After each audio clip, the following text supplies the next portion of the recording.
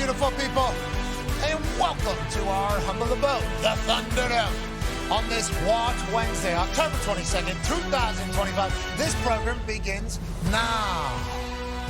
Football! It is magical, and we're lucky to talk about it every single day, but I'll tell you what, the NBA brought it last night, the NHL brought it last night, the MLB is obviously cooking with fire, and we're about a little bit over 24 hours away from week 8 of the NFL season kicking off. We're in the middle of a great time to be alive. We're appreciative of the fact that we get to do this. We'll have Charania joining us in about 15 minutes or so. Can't wait to catch up with him about all the NBA stuff that we need to know after an exhilarating start for the association yesterday.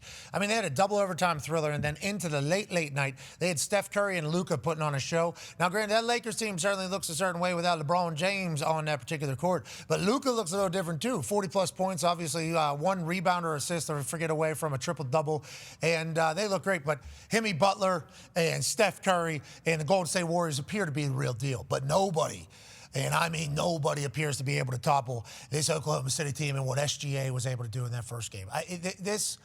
This whole Houston Rockets with Kevin Durant dynamic is certainly awesome. And I love the fact that Kevin Durant gets to experience a new city and do a new thing with a new team and earn his right. He's still an absolute dog. They got Big Turk on their team, too. They got this big Turkish fella, Sengun. Yeah, Big Turk, I'm sorry. Baller. This guy's an absolute baller. Houston Rockets were a good team, young team. They get Kevin Durant. He's obviously a weapon. They're going to be good this year. They lose in a heartbreaker to this Oklahoma City team. And at one point during this game, Alex Caruso, yes, that guy you're talking about, tried to go over top of 3 dudes in overtime. Okay, in a 2-point game, Caruso's going for it. They all got maximum confidence over there because they obviously just won the title. The torture chamber's still locked down, and SGA can get a bucket whenever he has to. The NBA had a hot start. They got a lot of games today. We appreciate them doing that. And then in the NHL, there was a magical moment up there in Boston. Now, we'll obviously chit-chat about that in a matter of moments. We have 12-year NFL vet, Super Bowl champion, player-coach for the Tampa Bay Buccaneers, the Jackie Moon of the NFL, if you will. Ladies and gentlemen, A.Q. Shipley. Yeah, thank you. How you doing, A.Q.?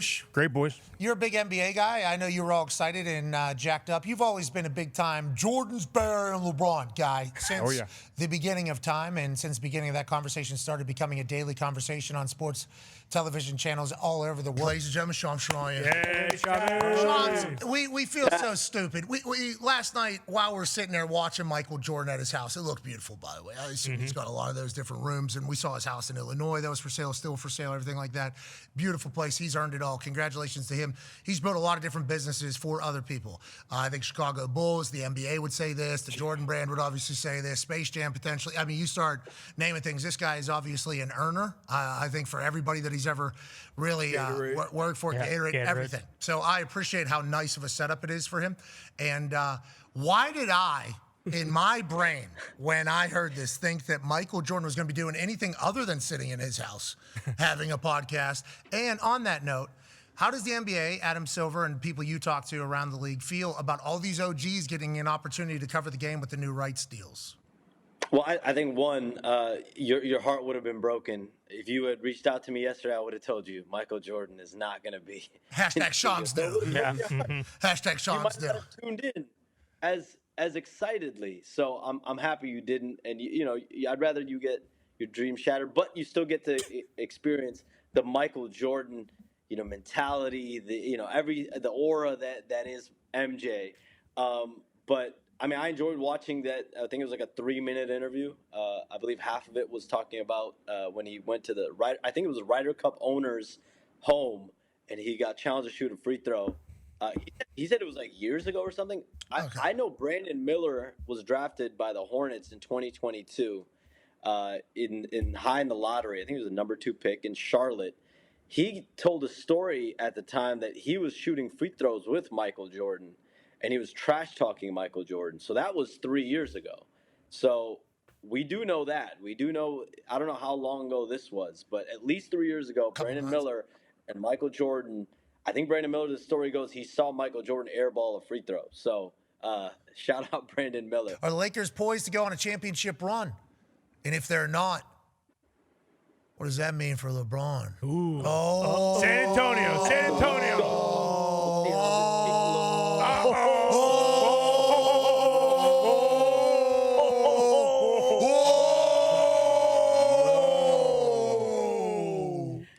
you were saying about that June 30th message? That sounded like a meteor. Like I think that's what the sound you guys just made is like a meteor hit. The meteor might hit. We'll say you never know. Oh, he's saying that thing's it's We buzzing. know It's buzzing the we universe. know when You don't wanna know LeBron what James that steps sounds on the like. court. We saw with the message from Rich Paul, like they want, like he, Not like that. in his mind, he's about to be 41 years old, year 23, never been done before. It's about having a realistic chance to win, and only time can tell. One game isn't going to decide the Lakers' season. Oh! Let's see that bet real quick one more time. Can we just so we see that can't happen? Hey, look at this. That's a made bet. No, it's not. That's Look at the terrible. pillows. Why are the blanket? Hold on. So look at the blankets on the left side too. It feels like this is like your thing. You put them up on the side tables. It's no. We have some stragglers here. It's a side. big bet. I love my comforters. Maybe I got double comforters here. The pillows are up. Oh, okay. Double comforter. But look, this one's on the table. Oh, yeah, on the left. And it's over here too. Yeah, can you keep moving, Sean? On your right, Shams. The other side too. Let's see, This let's see. one's over here. It's on a table, right? Isn't it, Chomps? Maybe the comforter is so big you can't tell if it's. Well, really get a big. comforter that's big enough for your bed that fits the size of your bed. But I also, how do you not know when you're making the bed? Because you have to be pulling. Oh no, I got an extra 6 feet here. Actually, there's a chance that Shams does. You ever see those people jump in the pool feet first and then they like go all the way down? Yeah. Shams actually goes in the top under the Yeah, you might be comforter. right. So he Yep. doesn't even have to pull them up on. So he pulled those up, right? Had to, unless he did this, which he could have, or from the bottom, Yeah, bottom slide. Yeah. which he could have done. might That. have. Through that, just Yeah, he. All right, we're you think good. that's what he did, right? for sure. And that's what he just- might do, too, when he gets in bed. He might just throw them up as fast as possible. And then, There's a chance. Yeah. I mean, there's a chance with Shams. He's so dialed into, having conversations, building relationships, getting inside information. Outside of that, I don't know Shams, I don't know with him. No. I never know with Shams. yeah. Well, that's why we love him. Bingo. Well said. The water alarms. What's that? Drink water alarms. Yeah. Largest, what are your thoughts on the Indianapolis Colts other than just this tweet? And they're for real, right? It feels like they're actually for real, Jage. It's pretty incredible. Having heard about them all season long and finally being able to call one of their games, the offensive efficiency. I mean, I just sit up there in the booth and I'm watching as a coordinator. Let's say you're a defensive coordinator, and I'm like, okay, what's my game plan going to be here? I have to stop Jonathan Taylor. No question. Number one priority. Okay, I'll stop Jonathan Taylor. Then they're going to run these play action schemes. They have Tyler Warren, who's just wide open all the time because of some of these schemes. Okay, so I got to stop Jonathan Taylor. Now I have to stop Tyler Warren. Okay, well, Danny Dimes is also firing balls into Alec Pierce. He's got Pittman. He can do all these different things. Then they open up the screen game. The offensive line is blocking at an unbelievable level. I'm sure AQ's talked about it already. They are just opening everything up for this team in the run game and the pass game. Danny Dimes is not taking sacks. He's not even phased by pressure in his face. He's delivering efficient throws when he has to, and also crazy clutch, tough throws when he has to. This offense, I said it many times this week, this offense has no weaknesses. It is truly, truly impressive to watch. Yeah. Jage, love what you're saying. So the AFC South is obviously the Indianapolis Colts. The entire AFC might be for the foreseeable future. True. But whenever you learn about this team, we're going to have to pay Danny Dimes. And hopefully Danny Dimes understands that he wants to be here as well. And hopefully that is how he feels. I assume he's enjoying his time here. I know the city loves him. I know there was potentially a gathering this past weekend between maybe Pacers and Colts players. And I believe Danny Dimes was having beers with the boys. Okay, love the that. City, which we like. We like to see that. We like to hear those types of things. And it's like all of the pillars that you're talking about, all in. It feels like the vibes of this team just vastly different. What do you think for the Go ahead. Talking to them during the week, that was a major theme. So like these guys, the offense gets together on Monday nights and watches Monday Night Football together. All the position groups do their Thursday night dinners, which a lot of teams do. But you could just tell, like, this team likes each other. They hang out a lot. They find time to get together. Danny made a great comment about it's a little easier to get together in Indianapolis than it is in New York City. But he just talked about Tyler Warren came in, and he's a guy's guy. He just wants to be part of the hang. He wants to be there and be around the guys. And Forrest Buckner was telling us about the Thursday night dinners and how attendance has been 100% this year, whereas in the past it hasn't always been that way.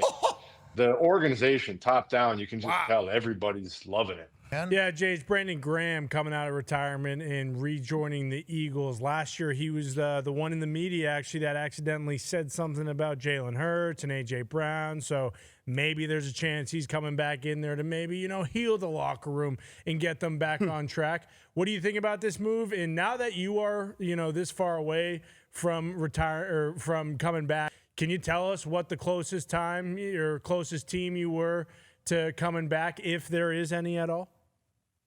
Yeah, I think this is great. I'm very much looking forward to seeing it. I'm happy for him. I mean, I know exactly how it feels to be out and watching and like having that itch. So I'm really looking forward to seeing him play and him getting that experience. And just there's literally nothing like playing NFL football, man. It is the coolest, best job in the world. And no matter what you try and do in the real world, you can never replicate that locker room, that adrenaline, that feeling of that competition. There is nothing better. So I'm happy for him. I can't wait to see how he does. I do think that you know, the Eagles are like, it's crazy. Like you see him start out the year so well, and then you see him go through all this stuff and the media and everything, and they're still a very good football team. Like we can pick them apart and everything, but like they're still a very good team. So maybe he's bringing it together and is the ultimate glue guy. But I'm just happy for him. And then from my standpoint, I mean, it was never actually legitimately close. The two teams I was watching always were the Texans and the Steelers, because it would have to have a real, true, significant meaning for me to have come back, and it just never came to fruition.